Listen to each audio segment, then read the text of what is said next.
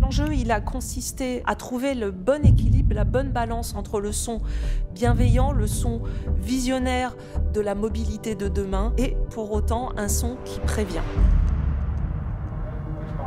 Non, mais la voiture de la famille Adams, ça pourrait être un peu dans cet esprit-là. Le cœur un peu gothique et puis qui va vers un truc un peu strident. On est à l'IRCAM et on travaille en équipe ici pour essayer de définir le son des voitures électriques de demain pour Renault. Donc là, on écoute sur cette paire stéréo là avec un petit renfort de sol. C'était extrêmement précieux de pouvoir justement confronter des idées de musiciens avec la fraîcheur que je pouvais apporter, avec une technique, avec une expertise qui avait déjà fait ses preuves.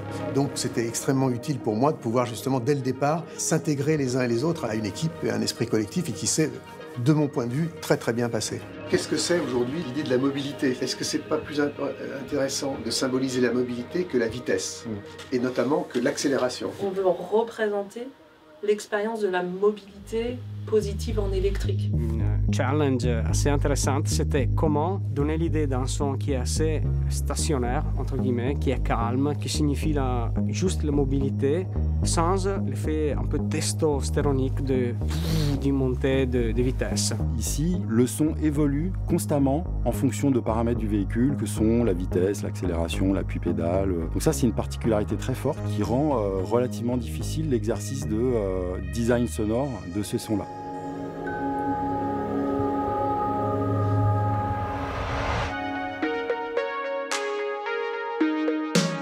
On a eu tout un travail d'exploration de la matière sonore dans les pistes de son dernier album Oxymore, de façon à identifier quelles étaient les matières sonores les plus éligibles à une utilisation pour la création d'un son pour un véhicule électrique. Ensuite, j'ai créé, moi, un certain nombre de textures, de couches, pour arriver à concevoir ce que serait le son définitif. Je pense que la finalisation s'est faite sous cette idée de mobilité légère que Jean-Michel avait envisagée. Donc, le son qui est terminé, c'est vraiment celui qui réalise cette sorte d'aura autour de la voiture. Merci beaucoup.